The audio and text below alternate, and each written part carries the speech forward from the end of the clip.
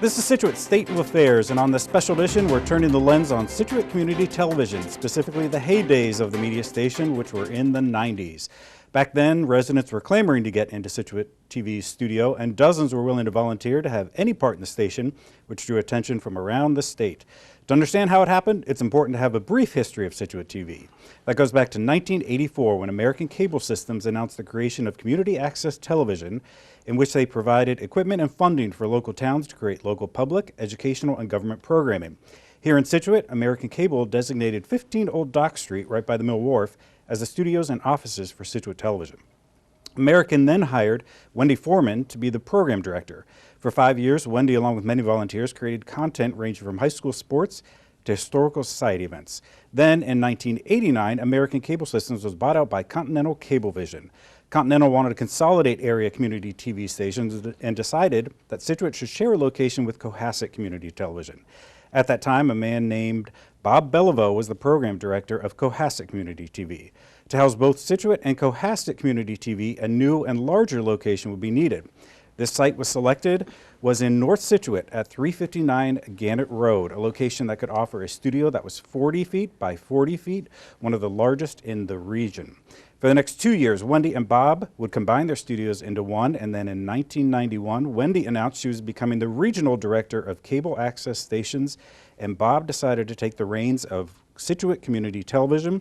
And when Bob launched Scituate TV in '91 in North Scituate, the glory days of Scituate TV were about to happen, and the man, the myth, the legend, Bobby Belliveau, live in the studio. Look at this, look at this. It's Great amazing. To be here. I'm thrilled to be back. I hate to say this is fantastic for me. You and Wendy are like my community TV mom and dad. Oh my gosh, geez, yeah. Think about that? Yeah. And in fact, we didn't plan this, but we dressed alike. We did actually, yeah. Thank you. we have so much to talk. I mean, there's so much to go over. We're going to talk about these programmings, the volunteers, the response to everything. But I think we should really start to give people an understanding of why we call this the glory days. Yeah. TV back, I mean, we're talking the 90s here. The internet was just a blip on the radar. It was a blip on the radar in many ways, and if you sit back and think about it, when cable companies, cable was sort of created in the late 1950s. Amos Hosstetter actually was from Continental Cablevision. He was one of those creators. That wired and wired and wired towns, and a lot of competition was there back in its day. But the dangling carrot for a cable company to get into a town was a community television studio. When we first started in 1984, for our 6-town region, Hingham, Hanover, Hull, the 3 H's, Scituate, Norwell, Cohasset, that's how we all sort of called it. And when all of that happened, American Cable Systems, they got the contract to begin with. So they wired the towns. And then each town had its own television studio. We all had tiny little studios. The one at Cohasset was literally downtown in the back of the business office. So you'd have your cable box. You'd come in and get your cable box. You'd get your remote. But behind the wall was a great little studio right there. Same thing in Scituate. The cable office was down in the Welch building right next to the Mill Wharf. The Hanover office was in downtown Hanover. The Norwell office was where our major head end was for all of the cable channels behind the TGI Fridays that used to be up there on Route 53. The Hingham office was next to the railroad tracks, which weren't working at the time. Greenbush was not active. So every single town had its own studio and its own equipment, and it was all analog. So you had tons of wires everywhere. And that, when you went to do this and you went to figure it out, everything was also in portable road cases. Here we are in your studio here. Yeah, a lot of the high schools also got wired out, put up lights and everything else. But that was the dangling carrot for us to get into the towns. It was really cool. Yeah. In fact, I mean, you told me you structured out the studio we're in right now. Yes, we did. This studio had its own setup. And it was all in portable road cases, which was a win-win. Yeah. So, for example, here at Scituate High School, we would be able to take the equipment here and bring it down to the gymnasium to do town meeting live, and to literally go set up 3 cameras. We had the switcher. We had one, an audio board that had 12 channels on it, and we'd have all these microphones up on the dais for the selectmen, and a moderator microphone. So we did it live. We also wired the gymnasium. We wired the auditorium. And that was the smartest thing for us to do. And we also had a transponder here, a transmitter, so we could go back to the studio live and then send it out over the air on the studio in North Scituate. But the combination of putting the Cohasset studio together and the Scituate studio together was a huge win. It was enormous. And we literally became a Cadillac because of the size of it. And I commend Pat Farrell, I commend John King, I commend Wendy Foreman in so many ways, because it gave us a presence, it gave us a lot of class, and it gave us a lot of respect in our social circles of community television, literally from Boston to the Cape. And I've been at almost every single cable television studio when I was here in the 90s. And why, you ask? Because we also, when we did Mr. Pearson's program, Pearson to Person, I was his executive producer. Well, we decided, let's expand it. So the way we did it was we made another a tape of what we did on half-inch VHS. And I would go to all of these other towns and go in and meet all these program directors. I'd like to see your studio. Well, what are you doing that we're doing differently? Well, do you have beta? Do you have all this other stuff technologically? And I would bring a copy of Pearson's tape. Look, here's a ready-made show for you to put in. It's South Shore based. Some of it's national based, et cetera. Would you care to run it? And we'll bring the tape down every week.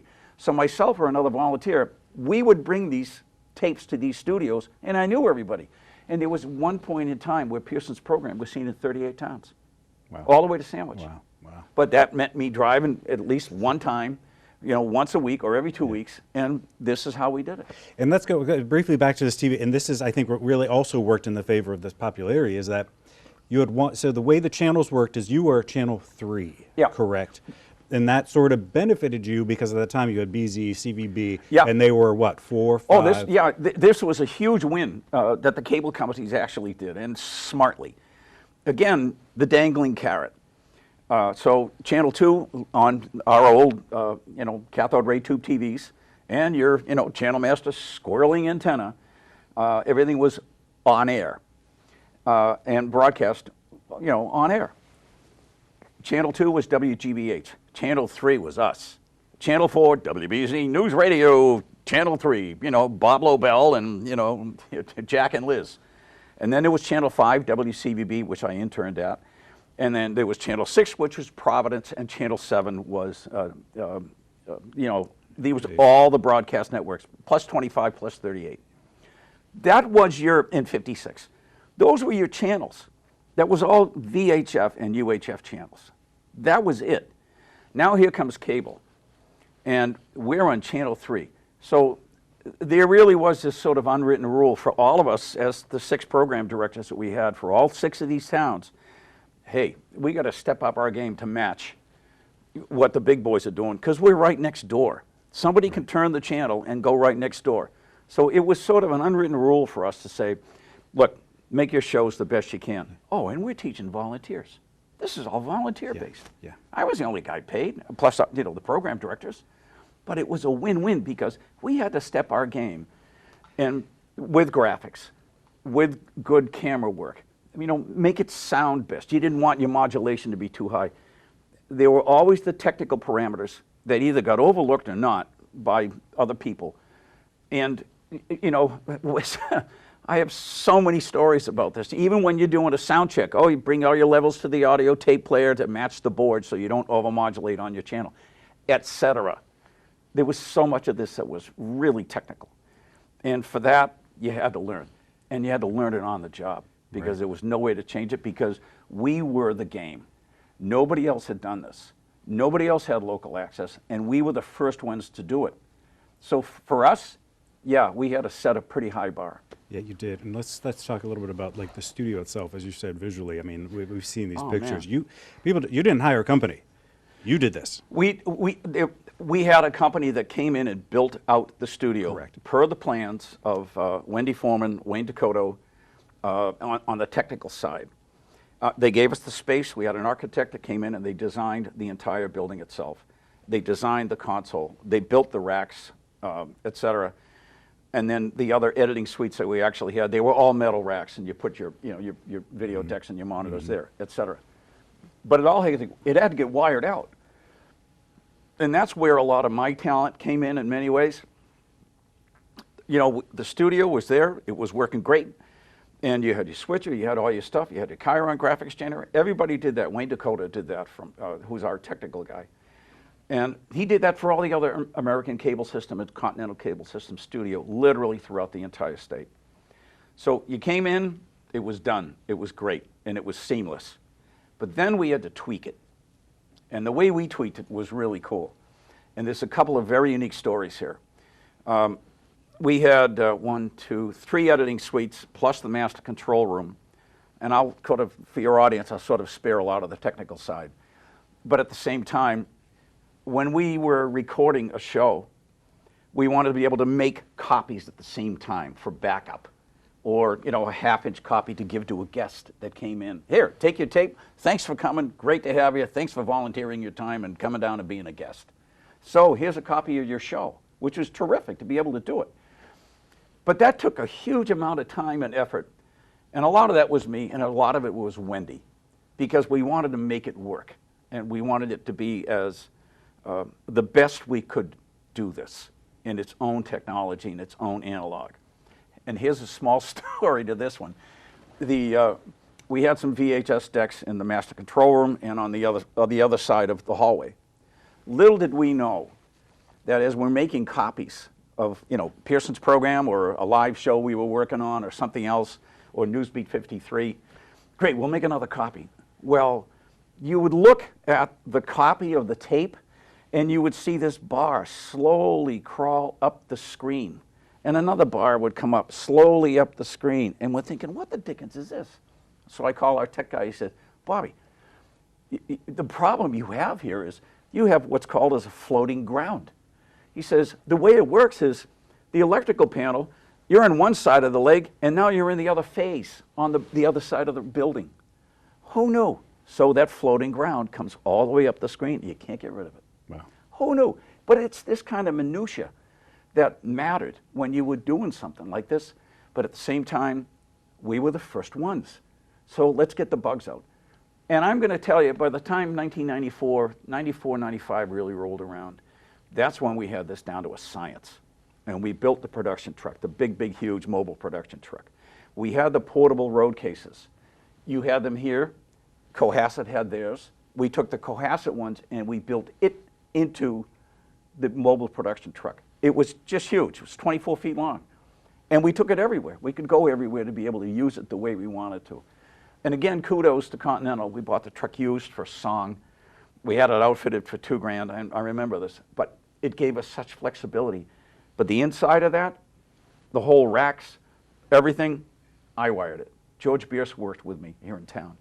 A couple of this other guy, Brian, who was an electrician, he helped us out. And we did it all ourselves. I had the rack built. I had my buddy Bob Belliveau paint it down at his auto body shop. And then we tapped all the holes. We did everything. And this was why it was so much fun to be there. It just wasn't being a program director. It was being somebody in the community doing something for the betterment of the community through television. Yeah. To me, that was the mantra. It really was. And let's talk about the community. You mentioned the volunteers a couple of times. And when I've seen pictures of this, I'm like, Bob, I would never get this amount of volunteers. You had people banging down to become volunteers. We did. We really did. We really did. We got very, very lucky. 1996 was the busiest year we had in programming in that studio. And at one point, we had 6 shows a week that were being produced in the building. And there was, that particular year, we probably had, a good 50 to 60 volunteers come in. But it was up to myself and to Deb Miles to teach these people, hey, this is how it all works. So we'd actually have TV production classes. And again, that's the dangling carrot. This is what Continental Cable is giving through your cable bill back to the community. And that was the win-win. And it worked. It was just the right thing to do. And it was so much fun to do it. there are so many stories that are involved there to bring people in and show them how it all works. You have the one picture of the woman operating the camera, an older woman operating that camera. Tell me about that. Carol Dean, and oh God, the other lady's name escapes me off the top of it. She was 91. She was in Mr. Pearson's show for 10 years. The entire run, she was there. And then this other gal, Carol Dean. The two of them were neighbors of Wick Pearson's, and they knew each other for years. And he brought them all in. And we had all of them for 10 years, plus George and Jolene Cadero, Tom Wall. Oh, yeah, Mrs. Wall used to work here at the high school, now that I think about it. Carol Wall, her name was. Her husband, Tom, he came down with us. They all wanted to see the novelty of what this was. And that's why I think we became as successful as we did, because it gave people a chance to see, wow, look at this wonderful TV studio in our backyard. Well, what's it like? Well, come on in, we'll show you. Oh, look, this is on Channel 3. This is terrific. I'd like to tell one story. I also did a lot of outreach to let people know of, hey, this is at your fingertips, come use it. But use it the right way. So there were some procedures. There were some policies and guidelines about being fair, no cursory language. You had to be conscientious about it. And people also knew that this equipment and this studio is intimidating, and it really was when you came in there. Perfect case in point. I approached the Cub Scouts and the Girl Scout troops. And the Girl Scouts and the Cub Scout troops back at that time, I'm sorry, my nephew would know, he works for the Cubs. They all used to have to get a communication badge. Well, how they got a communication badge is they would come to the TV studio. And they would all come in, and I'd meet them in the green room, which is a big table, and we would talk a little bit. And each of the troops in town, and all of the 6 towns, they would all come in, and the kids would all come in, and I would set up a camera right in the dead center, one light against the blue, backdrop, cyclorama, and say, okay, kids, this is what you're going to do. And I would turn a TV monitor around to the back for the parents to see what was going on. And okay, you're going to say, hi, my name is Bob Belliveau. I'm in the 5th grade of Mrs. Forty's class. I like math, and I like recess. And my favorite thing to do as a Cub Scout is this. And they would, great, they'd go on camera, and then they would walk off and go this way. Well, they would be nervous as the dickens. It'd be one light, and they would be so nervous. But before that, I made them comfortable. They'd come in, and they'd play with the switcher and use a microphone, and I want to get them used to it, to understand what is about to be in your entire generation moving forward. And here it is at your fingertips. So the kids would come in, and one kid, oh my gosh, he got up in front of the microphone, and I'm sorry, he peed his pants. Wow. Oh, he was just so beside himself. But he did it. And then I would take that tape, and I would bring it and go into the master control room, and I kind of timed this all out. So I always blocked off like a 10-minute window before 7 o'clock that night, and I would show the tape on Channel 3. So the kids could be home and see themselves on television. That was a big deal because kids didn't think about how to get on television unless you got chosen by Romper Room and Miss Jean, right, or community auditions with Dave Maynard. This was just a different time, but this was the novelty. And it became more than a novelty in my day because we were the first. And we were the ones to really bring this in and show the community, wow, community TV is really cool. That's where this all came from. And you did seriously solid quality programming in there too. You and I had dinner with Cohasset Community TV Director Don Ryan. And when we were having lunch, you went through. You kind of listed like your top programs that you felt. Oh my God! Let's do that again. I sit back and think about some of those, the ones that we did. Wigmore Pearson's Pearson to Person program. Let me just talk a little bit about that. He reached out and did some stuff. He and I, because he and I were the absolute collaboration of anything I've ever done. My second wife. It was really something what we did. So, for example, the Greenbush Railroad. Before the Greenbush Railroad came in, we really got active with those people here in town and in all of those surrounding communities, literally from Weymouth all the way down. Every one of those town representatives about Greenbush, the train committee, whatever, they all came down to our studio twice.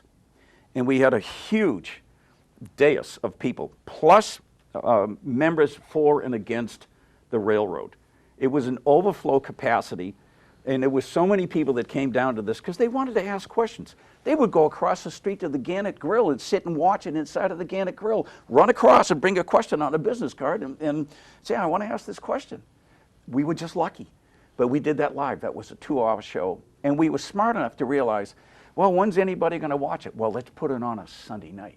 Ed Sullivan isn't on anymore. Let's do it on a Sunday night, and we'll do it live. And they went into all 6 towns. And then we also did it by tape delay to Weymouth, because Weymouth was not part of us, but they're part of Greenbush. It was just a scenario where we did some stuff that mattered, that was really important. Another one that we did is when the 1058th National Guard in Hingham went to the Iraq. The National Guard was shipped over to Iraq, and they're a transportation division, so this stuff was really important to do. So they sent them all over. We didn't know about it. The Hingham program director didn't know about it. So they sent everybody else out. Boom, see you, bye. Well, we get a call from this gal, and she says, Bobby, we know that the guys are there, and WBBH-TV in Springfield, Massachusetts, next to Westover Air Force Base, they sent a reporter over to Iraq to go with the 1058th plus another transportation division. And they got all this video of all of our guys. Can you call them? Oh, I called them. The program director, the news director said, listen, can you send a reporter to our thing? And then Pearson and I put this whole thing together. And so many family members came to the studio. Another overflow situation where I didn't have enough. I had to get out of, I forgot the Catholic church here in town. We had to get out and borrow chairs. I didn't have enough chairs in the studio. So we borrowed chairs and brought them all back up, and there was a line. And we had another whole dais of people to talk about the Iraq War. Pearson had a guy, he had a couple of people on the dais about the Iraq War scenario that was really important for us to understand it from the state side. There's another very interesting story side to that I want to talk about in a minute. But again, that's another one of those programs where it mattered. 7 to 9 o'clock on a Sunday night, everybody can see it. Well, the phone rang off the wall. Hey, can I have a tape of that? Geez, my son was right there. And, you know, you guys showing him in Iraq? Another one that mattered. But the other thing that we did too, I can't take away from the importance, as you already know and you have already done, brilliantly I might add with your equipment, is the value of the town meetings, the value of selectmen's meetings, cable advisory committees, school committee meetings, more importantly, so many of them. For us to do it, it was a real chore because it was so analog. It was so technical. It was all wires. It was not your cell phone or an iPad. It was a wire to every single thing, microphones, cameras, etc. And that required an enormous amount of work to be able to figure out. Well, how are you going to be able to figure it out? You got nobody to call. You have to figure it out. And there was no YouTube, so you could look at it and find it on YouTube. There was no internet. You had manuals, and you'd had to read them and figure it out from the engineering side. Or I'd call Ed Fiddler and Quincy at Quincy Cable. Eddie, how do we do? Oh, Bobby, you got to do this way, this. So you had to do all these resources on your own, and it mattered. The meetings mattered. The meetings were probably the single most important thing that we did through our entire cable system. And that value most likely still holds true today. There's just no question because it's accountability, it's transparency. And it was also horrendously boring at times, but who cared? It was a legal piece of media. And I had had more than one occasion a selectman or somebody call me and say, can I have a copy of that tape? You know, there's some differences here. They don't have stenographers in a selectmen's meeting. No, they had us as a legal representation. And sure enough, there was more than 1 or 2 occasions where somebody may or may not have said something and they wanted that proof. Yeah. So that's where a lot of this came from. Let's go to, when we're talking about equipment, I want to talk about the auction that you did within the town hall, because I've seen the pictures of the whole setup. Well, give us the backstory there. We did, we did 5 auctions at the selectman's office, and that was really fun. And kudos to Donna Wright and Holly and all these gals who did so much hard work to gather all the materials, put it all together, have all the whiteboards where you would have, you know, all the auction items and a number in the selectman's office. But we would have to bring all this video equipment down there. And if you looked at the photograph, it shows all the wiring for what we had to do. And then there's John and Sally Thomas and a bunch of other people doing the camera work. And it became a really neat ballet. And there's Selectman Chairman Joe Norton. And he was sort of master of ceremonies for this whole thing. And he figured it out. And we made him such a star. It was just the cutest thing. It really was. But the amount of physical effort it took for us to be able to do that, it was a day to 2 days for us to just set it all up and then test it. And then prior to that, I'd have to get a hold of the technical guys, the Continental Cablevision technicians, to come into your house and climb the poles and say, hey, I need to send the signal out of the selectman's office or a room and back to the head end, and then for it to go over to channel 3. This was not just something that was instant. It required a lot of planning to be able to do it and a lot of technology you had to figure out on your own. And that was really where so much this became so much fun. The other one that we did the Seaside Fund Playground Auction, which was right at Town Hall. Actually, it's right outside the building here. We raised $12,000 for that. Wow. In one night. Wow. In the 90s? Do the inflation. The Scituate Historical Society auction, when they bought the James House, which is now the Maritime Mossing Museum, we did one auction there. We raised $8,000 alone for that. That was really cool. Oh, and then after the fact, when they bought the James House and they went down to bare walls, George Bierce and I, we went in and we wired every single exhibit room and ran all of that wiring back to one media cabinet so we could have shorts. We were going to make shorts, in 5 or 6 minute little shorts, so that as you went through the building, you could see a little bit of history about what was here, a nice little piece of video. And I want to interrupt you here real quick, because I remember when you were showing me this picture, and I said to you, I'm like, why are you doing things in the James House, Yeah. which we now know is the Irish Mossing Museum? But you mentioned, you're like, you were part of the community. You were there to help. Yeah, we went. It was made very clear when I was hired by Wendy Foreman. Bob, someday you're going to meet Mrs. Laidlaw. Wow. And she's going to hook you in. And they did. Dave Ball, Fred Freitas, they hooked us in. And I think that made sense. This was something that they really wanted cable to give back and do some videos about the very intense, well-respected history that is within this wonderful community. Cohasset has it also. So does Norwell. Each town does, but not like this town, and so heavily involved as they are. So we went into the James House and we ran all this wiring so that we could do this. I didn't care. I got the roll for nothing. I got the roll of cable wire for nothing. I just said, hey, give me that and some wall plates. Bobby, what do you, don't ask, give me that and some wall plates. And they did. They trusted me. They knew what I was doing. And at the same time, it mattered. And I'm anxious to go in there this afternoon and go, okay, what have you done? Yeah. You know, is it all on DVDs and you just repeat it and repeat it and repeat it and you walk through it and it looks like a professional museum in Boston? That was our goal. And back in that day in the 90s, you can only do it on videotape and edit and edit and edit, let it rewind and play again and auto repeat. Yeah. It was just one of those scenarios where we looked further ahead. Yeah. And that was the real key. One of your biggest projects for us was the reason you're in town. You produced a documentary, the Etrusco. Talk about the history and how that came about. I did three documentaries here while I was here. And it wasn't just me. My role was to teach the guys, George Bierce and Peter Whitfield, two of the biggest townies in town, how to go out and, let's go do a lot. And we did. The Etrusco was a landmark event in the community. Truly it was.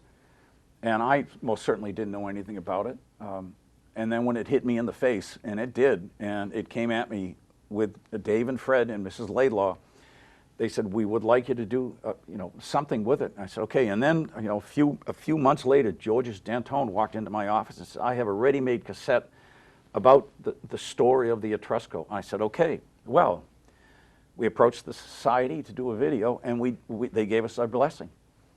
That took 3 years, 3 long years, bit by bit by bit, to bring stuff in, set it up on an easel, there's a picture there, shoot it with a camera, and then document all of that on tape. Well, okay, this is a 30-minute tape, and that at 6 minutes and 12 seconds, here's a minute and a half of this footage, of this picture. So we had to create and write our own spreadsheets to record on tape 12 what is here. And it was really astounding the amount of work that we had to do. The Society opened up their archives for everything that they had. We went to the Boston Globe, the Patriot Ledger, the Mariner newspapers. We looked in all their microfilm to find if they had anything. We went through all of their stories that they had. Oh, and this is all by hand. This is all just us going in to do this absolute legwork. There was no internet. You had to do this all on your own, and this is what it took to do it. And then bring it to the studio, record it, bring the materials back for them, and sign out whatever we had to do. We had to pay for the microfiche prints. I didn't care. And the documentary itself, it's 29.5 minutes long, and we did this the best way that we could. All the music was from, except for 2 cuts of music, all the music was from the aircraft CD library that Continental Cable paid the license for. And I knew that very well, because I just kind of got into it. And it was phenomenal what we did. It took Peter, George, and George's D'Antone and myself 2 full weeks to edit this documentary. It took us 3 years to gather everything, write a storyboard, put it all together, and then 2 full weeks to edit the whole thing. And when we sat back and watched the whole thing, it was phenomenal. We were really, not impressed with ourselves, but you know what? We were really happy we did something for the society to record this process. Otherwise, at the Scituate Historical Society meetings and the gatherings they would have, every 10 years, they'd have a big dinner and somebody would go up and they would, show the same slides on an old slide projector kind of a thing, or whatever the other projector you had, on a screen. Now, we made this simple, it's entertaining to watch, the music is great, it holds your attention, it's got some humor in it. And George's D'Antone's voice, it's a nice, simple, easy baritone voice, Massachusetts accent, and it worked. Yeah, you played it at the Scituate Historical Society's annual dinner, and I watched some of the people watching it, and their reactions were exactly as you said. Sometimes they were laughing, they were riveted by it, getting up, like standing up to make sure they could really see it. Yeah. It's amazing. I felt really lucky to have this pinnacle to me. This was the pinnacle of what we did. We premiered it at the Barker Tavern November 8th of '96 in front of 250 people. Tom Lydon from the Barker Tavern, they gave us the room. He says, I just want the liquor, and if you guys want to buy some food or appetizers, that's on you. I'll give you the room. They gave us the room. George Bierce and Peter Whitfield, George did all the photographs and made all of the frames for it and everything. And what he did, in order to hang all the photographs, we removed all the bifold closet doors in his house and in Peter Whitfield's house, and we lined them all up on the back wall, and we hung all the pictures. We turned the bifold doors upside down so we could put paper clips and hang all the pictures. Fantastic. Simple, easy, smart, and fun. And that's how we did it, at no cost. And the only way I can really look at this now and say the cost involved was time and love. And at the same time, as I said last night, you know what? I embedded a few items inside of my monthly expense report. That was videotape, that was batteries, camcorder batteries, all the above that we needed, and lighting batteries, etc. Who cares? It was next to nothing for us to produce this thing, but a whole lot of time and gas going to all these places to do it, because it was a real labor of love to be able to do this. And who benefit out of this is the society. They have a nice visual, easy to watch television record of this landmark event that changed the entire course of history of this town. 50,000 people a weekend drove down to Scituate to go see the Etrusco. And as I'm producing this video, not the video, the presentation, I'm going through so many photographs and slides, and I bought a piece of equipment for me to put pictures and slides in to transfer to digital format on a SIM chip. And this is in the last 9 months I've been working on this project. And I said, oh, great, let me get a slide carousel out of my dad's, out of the attic that was my dad's. and I dig it out, and okay, I'm going through every single slide, and I'm transferring them, and I get to the 17th slide, remember the number, the 17th slide, and I pull it out, and there's a photograph of the Etrusco my father shot. I had no idea. Why is this? My dad shot the Etrusco? I had no clue. Sure enough, I take the next slide out. There's the 18th slide. There's another beautiful photograph. My father took my mother and I down, I was a year old, down to the Etrusco with his Argus C3 camera and shot the ship. Who knew? I didn't know these were there. So now I'm going to have them printed. I'll give those to the society. So, and this is why a lot of this was very, very personal to me, to be able to want to do this as well as we did. Yeah, this was personal, you can tell. I mean, you know, the passion and love you had for Scituate TV. And then let's jump to 1998. Oh, God. And you left. Yeah. Why? Pearson's program ended in June of '97. And I had just completed, I just graduated from Cambridge College. I got my master's degree in management. And I had to do my master's thesis. And I did my master's thesis on the political cablecasting laws. Obviously, I knew something about it. And I went back to, I did a lot of research, and all of that was manual research. So I went to the Boston Public Library a lot, read Broadcasting and Cable Magazine, FCC Trades, other different kinds of magazines, and white papers and articles for me to do my thesis about what was going on and within the political cablecasting laws from the Fairness Doctrine of 1986. Well, at the same time, wow, I saw the future in so many ways. Technically, we saw where analog television was going to disappear. Cathode ray tube TVs, bye-bye. Cameras that are 3-tube cameras, bye-bye. It's all going away. The normal 4x3 size of television was going to be the size of a movie screen. And the frequency is all going to change. I saw this future, and I said, oh, crap. All of this cable TV stuff is going to disappear. It's going to go away. Probably in the next 5 years. Yeah, it did. But I left not because of that. I left also, I got another job offer. And that job offer for me was to be the coordinator of all television programming for the entire Broward County, Fort Lauderdale public school system into 11,000 classrooms. I took that job. That was a win. But it also was sort of the very same scenario that I'm talking about. All of that technology was about to change. And it had just started to change when I took that job. I was there 2 years. And then they downsized. Why? We're automating everything. And that's what they did.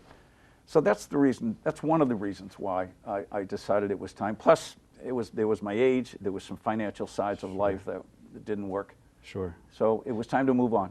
But Scituate TV still lives in your life, as I know you've transformed your daughter's bedroom, isn't that correct? Oh, gosh. Seth, I took my daughter went off to college, and I commandeered her bedroom, laid out all the pictures and the prints and all the media. I had 2 boxes I still have to this day, 30 years later, 2 boxes that say Scituate Stuff Box. And it's full of every single piece of print material that was ever written about cable on the business side, and then also on community television, what we're doing, and then also about myself. I will not forget the one article. We had, for example, we had 6 front page stories of the Patriot Ledger on Mr. Pearson's program with photographs about the debates that we would have. Governor Weld was in our studio. Salucci, Billy Bulger, Mr. William Bulger himself came down to Scituate 3 times. And he hosted Mr. Pearson's program once. Who gets that? And did he ever go to another local community TV station? No, he did not. It was us. We had that respect. And I think a lot of that is owed to Mr. Pearson because of his political connections and because anybody who knew and came into our green room when they got to that studio, wow, this is beautiful. This is a really nice place. And they knew they left here with a copy of the show for their records, even the politicians, including Frank Hines and Mary Jeanette Murray, who we loved so much, and they so much supported us. We earned it. We were lucky to begin with that we got what we got from Continental and America. But I got to tell you, by the time 1997 and 98 rolled around, We were an honest-to-God, well-respected piece of local media. And to verify that, Mary Ford wrote a wonderful and Marilyn Jackson, actually, they wrote wonderful reviews and articles when Wake Pearson's show went off the air. Beautiful cartoon in the Cohasset Mariner from Jeff Hamilton. Matt Brown also wrote a wonderful cartoon about Wake Pearson. But Mary Ford wrote a magnificent editorial about WIG, and she wrote a separate editorial about my leaving when I announced my retirement. And Mary said at the very end, and I had mentioned this to her, I said, Mary, you know, you've really made my day when I went through all of this press spread out all over my daughter's bedroom, and I find this newspaper, and there I am, Bob Belliveau leaving cable. And she wrote an editorial, and at the end of the cable, she says, Bob Belliveau was one of us. Thank you. So to me, that was a wonderful tribute, the way I looked at what we did. And I sit back in retrospect of what we did on a personal side of life for me. I started going back to college in 1992, late 91. And I didn't get out of college until I graduated in the spring of 97. So all of those years, almost 6 years, I went through my undergrad and my master's program. At the same time, I'm working at Continental Cable 40 hours a week, if not more. I lived behind Wilder Brothers Tire in an apartment there. I had a key to the studio, I had the 7-Eleven next door, and I had the Gannett, Jamie's Pub. My life is complete. And I was also working for my parents' business, their engineering manufacturing business, and at the same time I'm working at the Gazelle restaurant. I was a busy guy, but I made it all work. And I kept my head above water. I kept my finances above water. And that to me was really, really important. Mm-hmm. There were some other interesting sides of it. There were negatives, but at the same time, I made it work. This job was the singular most important job in my entire 50-year working career. It really was. It meant a lot to me. And for me to come back here and be so welcomed about what we've done for the Etrusco and that what we've done now for the society, in retrospect, we did a lot. And it was a really fun gig. Yeah, I can tell you, I know from that dinner itself, the residents certainly appreciate you as well. And I think after hearing, and they had stories they wanted to talk to you. I think after this airs, more people are going to want to reach out to you. You are fine with me putting up your email, is that correct? Absolutely, yeah? BobBelliveau@hotmail.com. I will do that. You've also got a YouTube. And I have a YouTube page, Bodog TV. B-E-A-U-D-A-W-G, Bodog TV. It's fantastic. It was after my dog. There you go. But it's really cool. It's been a ball, yeah. And I'm thrilled to come back to see you and finally meet you, come back to see Don, and then also see the evolution of what you've done. Yeah, well, our relationship is not over, but I No, appreciate you taking this time. Yeah, it's been a ball. All right, thanks, Bob. Thanks, Bill.